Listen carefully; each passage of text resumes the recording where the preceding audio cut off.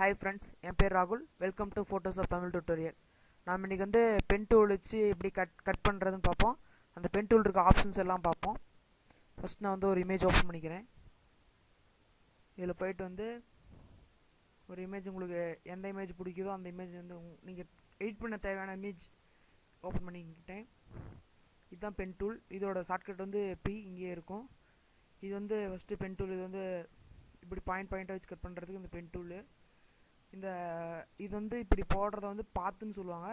இந்த pen tool மூலமாக வரைகிற லைனை, இந்த லைனை வந்து நம்ம செலெக்ஷனாக மாற்றணும்னா கண்ட்ரோல் என்டர் கொடுத்திங்கன்னா செலெக்ஷனாக மாறிடும். இதுலேயே அடுத்து இருக்க ஆப்ஷன் வந்து ஃப்ரீ ஃபார்ம் பென் டூல். இது வந்து லேசர் டூல் மாதிரி தான். அப்படியே நாம் பாட்டுக்கு ஃப்ரீ ஃபார்ம்னா ஃப்ரீயாக வரைஞ்சிக்கலாம் அப்படின்னு அர்த்தம். ஃப்ரீயாக வரைஞ்சிட்டு கண்ட்ரோல் என்டர் கொடுத்திங்கன்னா செலெக்ஷனாக மாறிடும். அடுத்து வந்து ஆட் ஆங்கர் பாயிண்ட். இது வந்து இப்போ ஒரு 3 ஆங்கர் பாயிண்ட் இருக்குன்னா இங்கே வேணும் எனக்கு இன்னும் கொஞ்சம் இழுக்கணும்னு நினச்சிங்கன்னா ஆட் ஆங்கர் பாயிண்ட் போயிட்டு இங்கே ஒரு பாயிண்ட் வச்சுட்டு இப்படி இழுத்துக்கலாம். இதுதான் ஆங்கர். டெலிட் ஆங்கர் பாயிண்ட்னா இப்போ எனக்கு இந்த பாயிண்ட் வேணாம் அப்படின்னு நீங்கள் ப்ரெஸ் பண்ணிங்கன்னா டெலிட் ஆயிரும். அடுத்து கன்வெர்ட் பாயிண்ட் டூல்னால் இப்போ இப்படி இருக்கிறத வந்து எடிட் பண்ண முடியாது. இந்த பாயிண்ட்டை ஆட் பண்ணி தான் ஆகணும். இது கன்வெர்ட் பண்ணும், அப்படியே எடிட்டபுளாக மாற்றுறது தான் இது கன்வெர்ட் பாயிண்ட். ஓகே, இதில் இருக்க ஆப்ஷன்ஸ்லாம் பார்த்துட்டோம். இப்போ வந்து பென் டூல் வச்சு எப்படி கட் பண்ணி ஒரு இமேஜ் எடுத்து இது பண்ணுறது வந்து பேசிக்காக பார்ப்போம். அடுத்த வீடியோவில் வந்து அட்வான்ஸ்டாக பார்ப்போம். ஃபஸ்ட் இங்கேருந்து ஸ்டார்ட் பண்ணுறேன். கொஞ்சம் ஜூம் பண்ணிங்கன்னா கொஞ்சம் ஃபினிஷிங் வந்து நல்லா வரும். நல்லா பென் டூல் வச்சு நல்லா ப்ராக்டிஸ் பண்ணிங்கன்னா குயிக்காக கட் பண்ணிட்டு போயிட்டே இருக்கலாம்.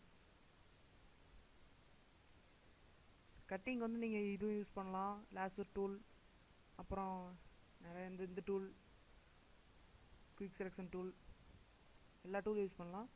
அப்படி குயிக் செலெக்ஷன் டூலால் முடியலைன்னா நீங்கள் வந்து பென் டூல் வச்சு கட் பண்ணி எடுத்துக்கலாம். ஏன்னா குயிக் செலெக்ஷன் டூல் ஒவ்வொரு டைம் கரெக்டாக அந்த இமேஜ் பிக்சல்ஸ் எல்லாம் கரெக்டாக இருக்கிறதுனால செலக்ட் ஆகாது.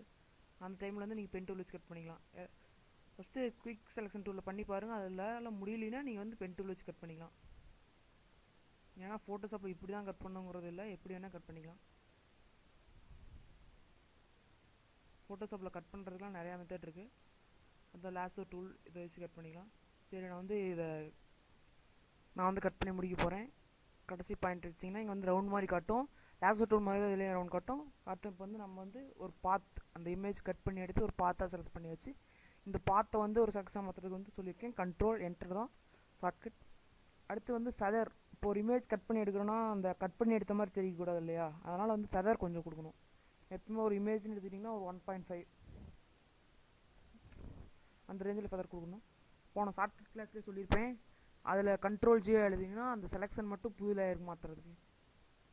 பார்த்தீங்கன்னா இந்த ஃபெதர்லாம் இதுக்கு தான். அந்த முடியெல்லாம் கட் பண்ணி எடுக்கிற இடத்துல அந்த கட் பண்ண மாதிரி தெரியக்கூடாதுக்காக தான் ஃபெதர்க்கும்.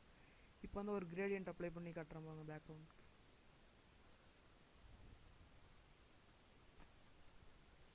கிரேடியன்ட் பேக்ரவுண்டில் போய் அப்ளை பண்ணணும்.